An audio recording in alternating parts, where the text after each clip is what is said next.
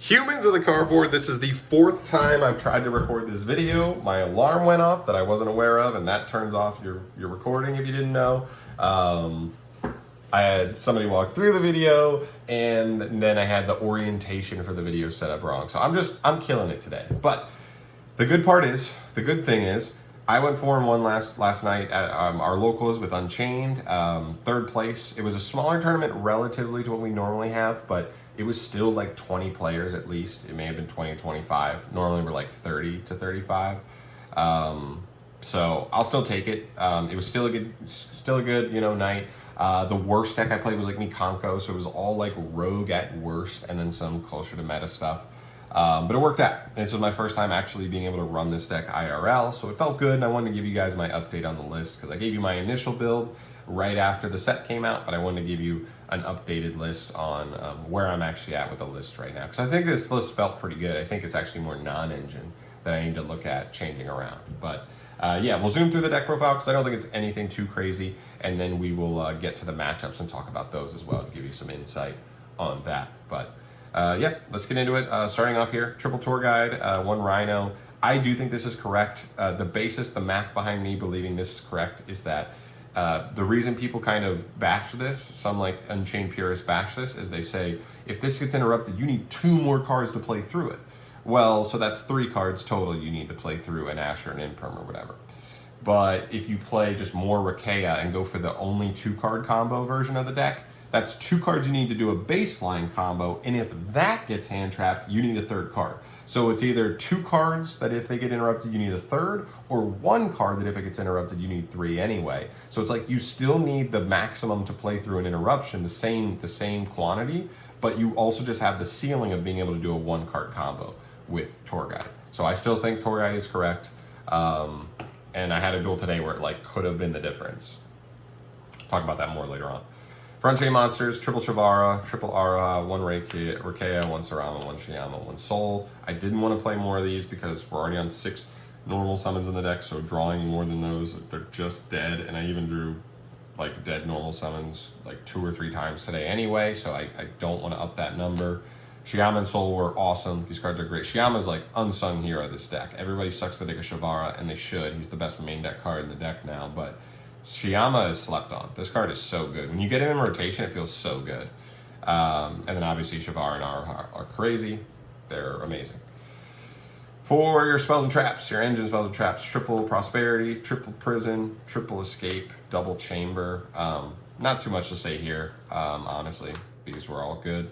I do low-key want to try 1 copy of Wailing, because not only is it just like an extra name that can be popped, like sometimes you go through every name in your deck and pop every name, but that kind of gives you 1 more name that can be popped to like keep extending. Plus, it's the only spell, Unchained spell with Unchained in the name. So you can set it off of Shavara, and then you could activate it that turn. So that way when you do Link Summon, you get an extra pop on your opponent's board. I wonder if that's interesting. I'm kind of curious that nobody's messed around with that. But like some people consider a 3rd chamber, but like why play a 3rd chamber if you could play a different name that gives you an extra name to pop and has even like the utility to be a little bit faster, right? Because you could just activate it and get an extra pop every turn. Kind of interesting. I don't know. I'm going to consider it as like a spicy tech. For the non-engine, 3 Droll, 3 Ash, 3 Imperm, 3 Book, 1 Thrust, 1 Talent, 1 Dark Hole. Droll's pretty ass today, actually. I kind of want to side it for when I know I'm playing like a crazy combo deck. But yeah, I think I drew it 3 times. 1 time it was solid. The other 2 times it was absolutely dead, like literally dead. Ash was solid. Imperm was fine. I almost want to try and play like the Wind Ghost Sister, just because it being able to hit stuff on my turn is pretty nice. It's a cool card. I'll take a look at it. Maybe move Droll to the side. Book of Moon was fine. It was okay. I didn't see it a ton, but I also didn't play like the most meta decks where this is supposed to be like better against anyway.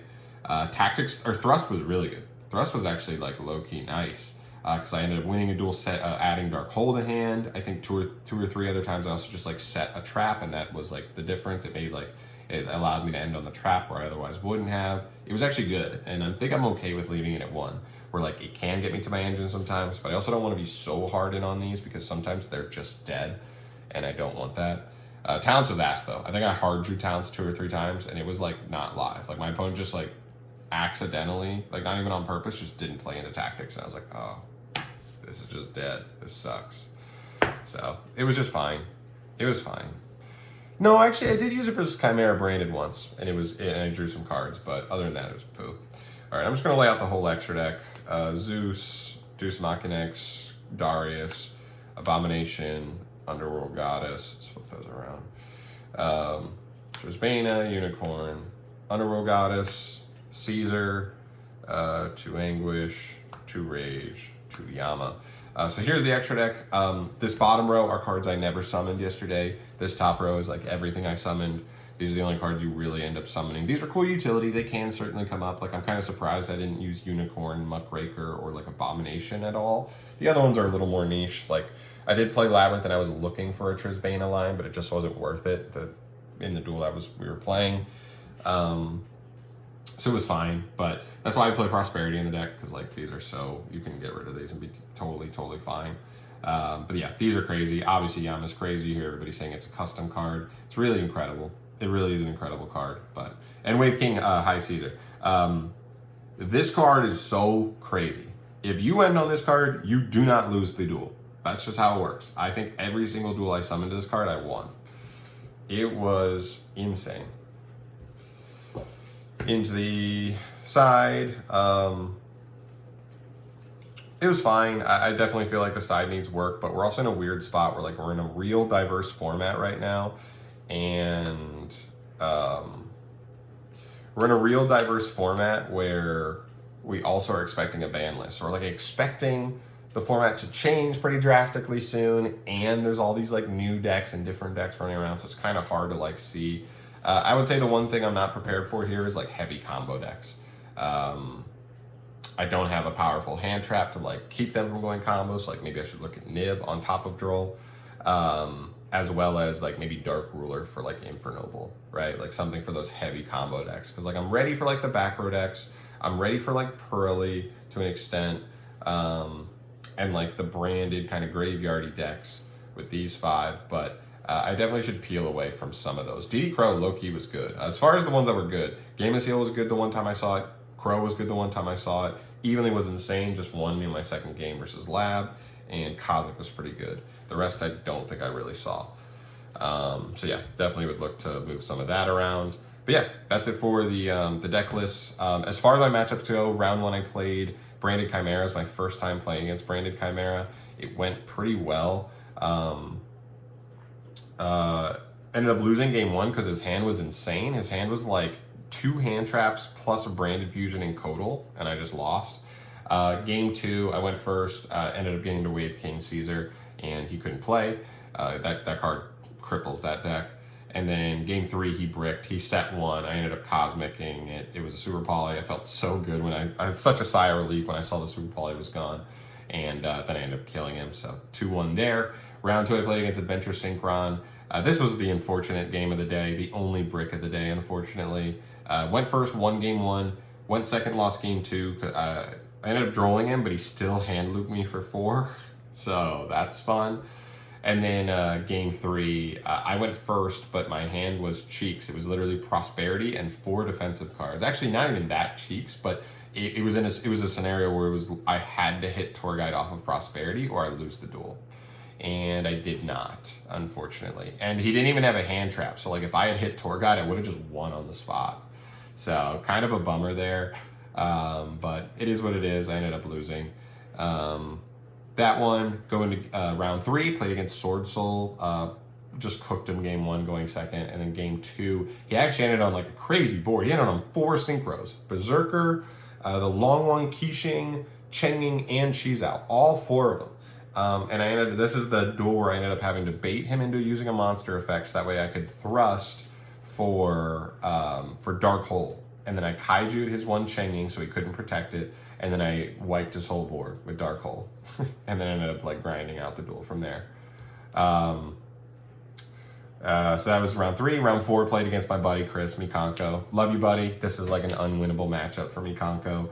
Mikanko is good against decks that like Omni negate and do that kind of negation, like interruption. It does not do well versus decks that set up like removal, quick spot removal on the opponents on their turn, because whenever they try to equip something, you just quick chain and like pop the monster being equipped, as well as like combined with Caesar was like too much. And this is when we even talked about it, and he was like, I don't even think this is as good versus me. And I think it, and I was like, maybe marginally it's not as good versus you, but like considering you just like don't get to resolve Arabesque, and you this keeps you from ever getting Ohime on the field. There are huge like gaps in the deck that like if you can't complete those tasks, then like the deck is not doing enough. And that's kind of what happened. So easy 2-0 there. There honestly wasn't even that much to note. DD Crow was good in one of those matches because he almost had a chance to like grind, but then I DD Crow'd his Washidori in Grave. And last round I played Labyrinth. Won the die roll, went first, just cooked. It was actually kind of a funny duel. I made Caesar plus the whole board. He ends up gozening me, and so I end up like losing some of my guys. But then I just leave Caesar, and he just passes because he can't resolve any of his welcomes. So I just go battle phase, attack for 28, set a card, pass, and I ended up like setting a Aruha to potentially like be able to pop on his turn if he ever removes the Caesar. But he never removes Caesar. So then I go a battle phase 28, battle phase 28, duel's over. Game 2, he goes first. I end up prosperitying for evening his entire board. So he lost like 5 cards because he pretty much set all but like 1 card in hand. He ended up doing some recovery plays because that's just how Labyrinth works. It's pretty flexible to like play around stuff. So he ends up recovering, but he only ended on Daruma Cannon, was like the only card interruption-wise he ended on. And I baited him into using it early, played around it from there, and ended up winning the duel from there. It was just too much advantage. I tried to kill him. He was able to like get enough going to like keep me from killing him that turn, but he couldn't get enough set up next turn to like actually make it happen. So that matchup feels pretty good in Unchained's favor for sure. But yeah, that was it. Those are the 5 rounds. 4-1, felt pretty good. Definitely misplayed a good bit. In fact, in that last round, literally the last game of the last round, I prosperity banishing King Caesar because I thought, yeah, I'm going second. Why am I gonna like this card I summoned going first, but like going second, I should just be going like to Trisbana or kill him. And I ended up definitely being like, oh, if I make this right now, I win. I had the materials for it. And then I looked and didn't have it, and I was like, oh. So I actually for a second thought that he was gonna like crawl back into the duel. He didn't though, it was fine. But I definitely got scared for a second. And yeah, so it worked out. 4-1, pretty happy with the deck. I still might play it for a couple weeks going forward. You know, there's a couple other decks I have my eye on, but this one's definitely one of the ones I like the most. I think it's just solid. It's just a good deck. It doesn't set up Omni negations. That's probably the biggest weakness for the deck. But aside from that, the deck's good going second. The deck can kill on a dime, which is so nice. And that's like a thing that even happened today. I think I don't know if I mentioned this earlier because I've recorded this video 4 times. But literally multiple times today where I like got to the point where I was like maybe going second, or we're just kind of on turn 3, and I'm like, okay, so I'm clearing his board, but like how do I set up so that he can't get back at me next turn? And then I kind of look down and realize I have like 6,000 damage on board, and if I just put 1 more body on board, I just kill. That happened multiple times, so you just end duels quickly. That's why I don't think access code matters in the extra deck. It just doesn't. Plus you only ever put Darks in Grave, so you only pop 1. Not worth it. But yeah, there's my list.